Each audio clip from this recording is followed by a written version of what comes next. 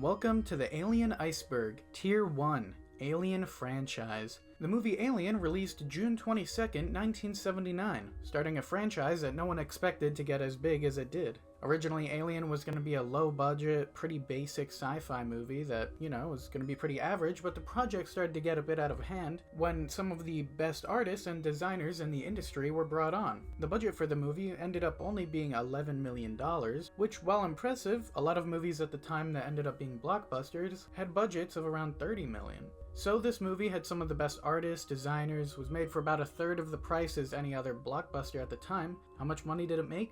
$118 million.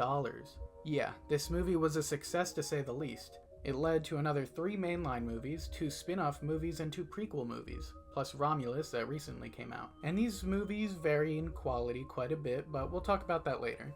There were also a lot of comics, action figures, and some video games made for this franchise. "In space, no one can hear you scream" is a pretty iconic phrase from the Alien franchise. Used in the original trailer for Alien, this phrase has been known by many people who haven't even seen the movie. Just a really good iconic phrase that did amazing for the marketing team. Alien Isolation/Fire Team. So the Alien franchise has gotten a decent amount of video games, but not nearly as many as they should for how long it's been out. There are a standout 2 though, Alien Isolation and Alien Fire Team. Alien Fire Team is for sure a good game, being a sort of Left 4 Dead x Alien Waves of Enemies based game, but Isolation, oh my gosh. I remember when this game came out, it was one of the most popular games you'd see on YouTube, and for good reason. It's terrifying.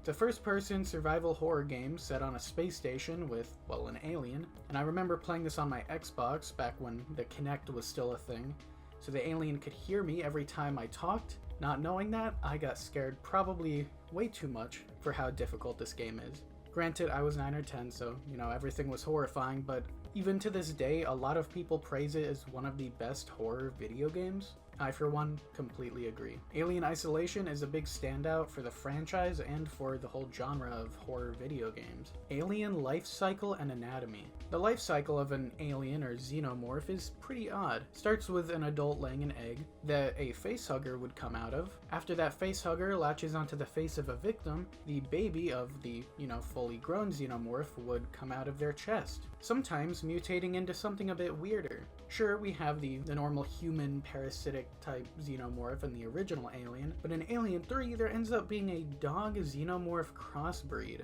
It's smaller but faster. This one is known as the runner alien. This creates a lot of variety possible in alien types, and I mean a lot. Jonesy. Jonesy is the name of the main cat from the original Alien movie. Ripley, the main character of Alien, literally risked her life to save this cat while being chased down by a xenomorph. The cat also joined her in stasis for the 57-year-long gap between Alien and Aliens, the second movie. But this cat has been referenced in a lot of different pieces of media, being referenced in Halo, World of Warcraft, Dead by Daylight, and yes, Fortnite. But Jonesy ended up getting their own comic book as well.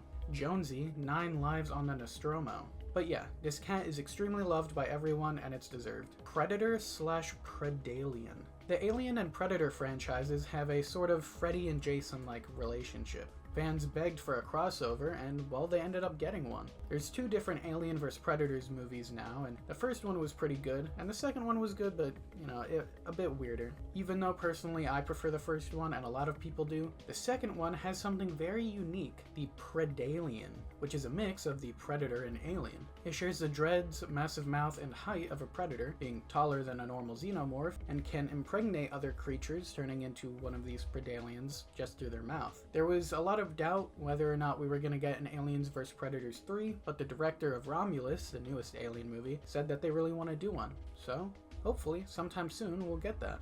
Tier 2, Prometheus/Covenant, and all these other entries here. It's a big mix. Alien Prometheus and Covenant are prequels to the Alien franchise, introducing the concept of engineers, these humanoid beings that are the creators of, well, humans. The Weyland-Yutani company plays a big role in this, which is also the company that Ripley worked for in the original Alien. The Weyland Company was searching for these engineer beings on a faraway planet to get a better understanding of them and hopefully give the founder of the company, Peter Weyland, eternal life. The Alien, Prometheus and Covenant movies also had some pretty significant religious tones, with these engineers being the sort of makers of humans. These engineers, aside from being makers of billions of lives, were quite a bit different from us. Standing at about double our height, being extremely pale and having no hair, they look a lot different. They're also incredibly strong, as shown when Peter Weyland gets killed by a single swipe of one of them. Toys. The Alien franchise has capitalized on the toys/action figure market, to say the least. The amount of different series of toy lines that they have are insane. Most of these are references to lesser known pieces of media, mainly just the comics, but they're all very unique. A lot of these toys were made by these two companies, Kenner and NECA. Speaking of these companies, NECA came out with a new one for Alien Romulus recently. Deacon. Deacon is the name of this thing, a xenomorph made by the last engineer getting impregnated by the trilobite variant of the facehugger. Although it shares apparently no relation to the Xenomorph, according to the director, it looks a bit similar, to say the least, and the whole life cycle is the same, but the species is apparently entirely different. Alien Comics. Okay, while writing this entry, I started to look into the Alien Comics and had no clue just how many there were. It's an insane catalog. The comics expand on the lore of the Alien franchise a lot, like with what happens on other planets, what happens with engineers, other species of xenomorphs. This franchise is mostly comics, just with the plethora of how much they have. And I'll have to figure out how copyright is with this, but there's one specific series, the original Alien series of comics, that I'd really love to do as a sort of video format, getting different voice actors for the different characters. So if you guys are interested in that, comment down below, maybe let me know. I think it'd be really cool. But yeah, the comics are insane. There's so many of them, and if you're an Alien fan, I highly recommend checking out any of them. There's one with a xenomorph that gets to shoot a gun and smoke a cigar. It's amazing.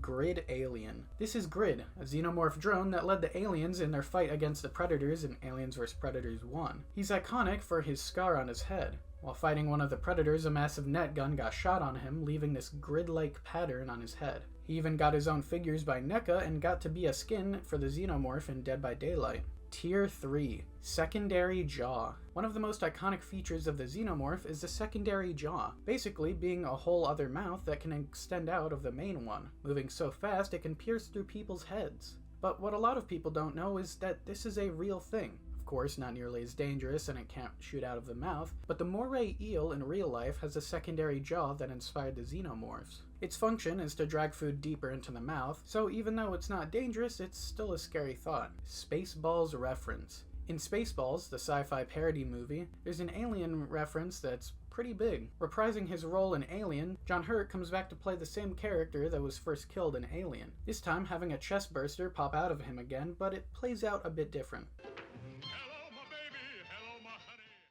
Alien Skull in Predator 2. At the end of Predator 2, we get to see inside of one of the Predator's ships, and eventually get to see a trophy room with a xenomorph skull. At the time, everyone was begging for a crossover between the two franchises, and it had never even been hinted at, so seeing this at the end of the movie was insane to say the least. Then, 14 years later, we finally got Alien vs. Predator. H.R. Giger and his works. H.R. Giger was the person who made the design for the xenomorph. You can tell by looking at his art prior to Alien, yeah, that guy was perfect for the franchise. His biomechanical art style is a massive reason Alien did as good as it did. It would have been a really good horror movie even if the xenomorph looked completely different, but this style, it's amazing. Star Beast. Star Beast was originally going to be the name of the first Alien movie. I think me and everyone else who now knows this is very happy that they changed it. Getting to name your movie just Alien, and then the sequel being Alien plural, just aliens, amazing name. Tier 4, Nostromo's interiors. H.R. Giger, one of the designers on the Nostromo ship in Alien, told journalists, "The interior of the Nostromo was so believable. I hate these new looking spacecraft. You feel like they're just built for the movie that you're seeing. They don't look real." And honestly, I agree. Most spaceships in movies don't really feel real. The Nostromo was made with a lot of care, and you can tell. The Nostromo is filled, and not just with random mess filled. Filled as in a house. Looks like people lived in it.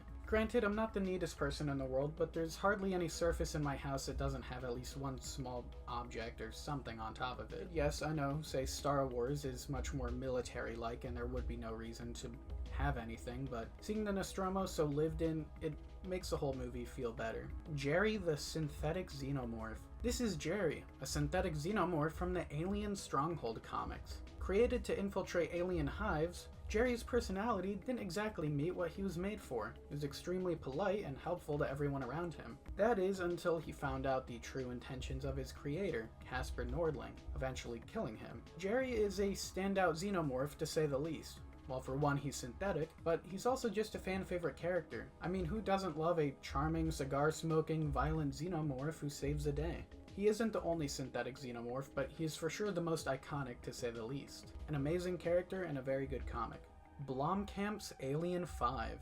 Yes, that's right, there was gonna be an Alien 5, and it was going to be directed by Neil Blomkamp, who also directed District 9, Elysium, and Chappie, but it ended up getting cancelled. We have a lot of the concept art though, and some story beats. Like Ripley, Hicks, and Newt are still alive. The company messes up stuff all over again. There's new alien breeds. Ripley kills another queen, and there's a lot of unique weapons and armor made from alien body parts. And Hicks dies again. So it's a bit confusing, but there's some ideas that I think could be really good for a comic series or video game. I couldn't find out why the entire thing was scrapped, especially after Alien Resurrection being a thing. I feel like it would have been nice to get another good mainline movie in there, and this would have seemed like it would be a bit of a mix between the first two Alien movies, having the complete horror that the Xenomorph brings, but with a bit of an action twist, like from Aliens. Tier 5. Ridley Scott's children played the explorers in the spacesuits to make the space jockey seem larger and alien. So the name of the tier kinda gave it all away, but yeah, Ridley Scott had his children play the two explorers here. Some people may have thought this was a bad idea with how young they were, but honestly I would have loved to do this as a kid, and it really made the space jockey seem much more massive than it actually was. Xenomorph-like species in the background of Star Wars comics. In 1995, X-Wing Rogue Squadron 8 released. And this wasn't a big deal, you know, just another Star Wars comic, but in the background of the 5th page, we can see a xenomorph. It was confirmed by the makers of the comic that this was in fact a xenomorph, and helped pave the way for getting a Star Wars and Alien crossover in the future. Nostromo files and Aliens show that Lambert is trans. On a monitor in Aliens, it shows that Lambert, from the original Alien movie, was actually transgender. Just an extremely cool thing to see in a movie so old. I mean, it was 86, but even back then it was much worse, to say the least. Crossover comics with DC and Marvel. Aliens have had quite a number of crossovers with other comic series, one of the biggest being Batman and Superman versus Alien and Predator. So a massive DC comic crossover, but there was also a big one with the Marvel x Alien series of comics, that also had a lot of different variant covers, showing your favorite Marvel characters go against Xenomorphs. Tier 6. Jesus fighting Xenomorph in South Park. Yeah. That was a thing that happened. There was an episode of South Park called Imagine Land, where whatever you imagined would appear. So to win this fight against a xenomorph, Butters imagined Jesus with a M60 to shoot and kill the xenomorph. Just a wild episode. Sigourney Weaver made the basketball trick shot on her first try in Alien Resurrection. There's a scene towards the start of Alien Resurrection where Ripley shoots a basketball behind her and makes it first try. The actor who played Ripley, Sigourney Weaver, actually made this shot on her first try. She'd been practicing for months but never gotten the hang of it until the cameras turned on, immediately making it in. Alien Queen is technically a Disney princess. Since the 21st Century Fox and Disney merger, well, Disney owns Alien. You know what that means? Yeah, the Alien Queen is technically a Disney princess. Alien-like costume in Scooby-Doo. In the Scooby-Doo Moon Monster Madness film, there's an alien that appears and it looks a lot like the alien. I mean, yeah, this design is just completely based off of the Xenomorph. Tier 7.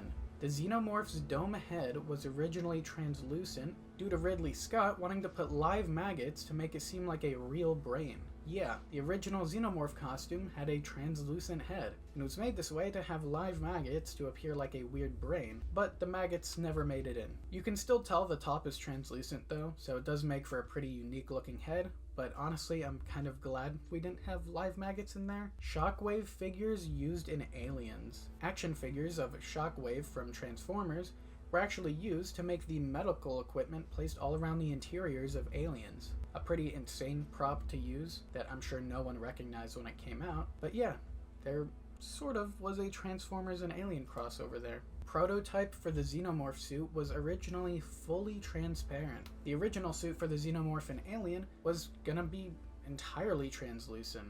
Aside from just the brain having maggots in it, originally it was going to be all over. I don't know what the obsession with maggots and the Xenomorph was, but oh my god, I'm so glad they didn't put live maggots in that costume. Alien screams are edited baboon shrieks. In Aliens, you can sort of tell that some of the Xenomorph screams, well, they're real screams from baboons. I don't know why they specifically chose baboons, but it doesn't sound like the Xenomorph screams made in any of the other films.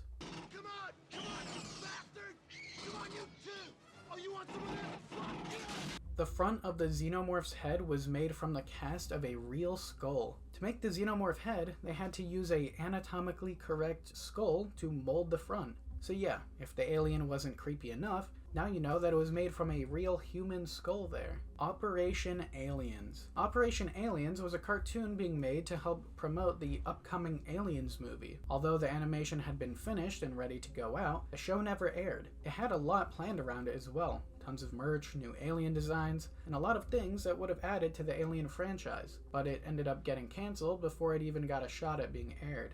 Tier 8. There is a theory that Jesus Christ was an engineer sent to Earth, and his crucifixion led to the rapture and the deleted scenes of Alien Resurrection. Jesus being an engineer would sort of make sense in a way, you know, being the maker of human life, but the ending bit is pretty interesting. In Alien Resurrection, the fourth movie, there's a deleted scene at the end where the entire world is in ruins. When I rewatched Alien Resurrection a few months ago, the disc that I had the deleted scenes included. So honestly, I thought this was just the canon ending. But you know, I guess it's not. And I suppose that would make sense, that would be the rapture, everything being destroyed. I think it might be a bit of a stretch, maybe tying these two together, since in the Alien franchise, a lot of things get destroyed for no otherworldly reasons. But out of all theories for this franchise, this one for sure makes more sense than most. And for the last entry, Ripley and the Xenomorph are in Fortnite. Yeah, I had to use MS Paint to fix that one, but yeah, of course they're in Fortnite, and recently came back to it after the launch of Alien Romulus, just a few weeks ago. And that's it for the Alien Iceberg.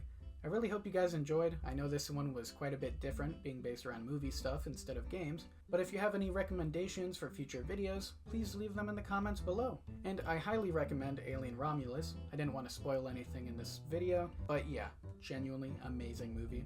Anyways, if you enjoyed, please like and subscribe. Also, tell me what you think about that voiceover comic idea. I think it could be really fun, and it's a good story to tell. And yeah, have a great rest of your day, week, month, and I'll see you in the next one.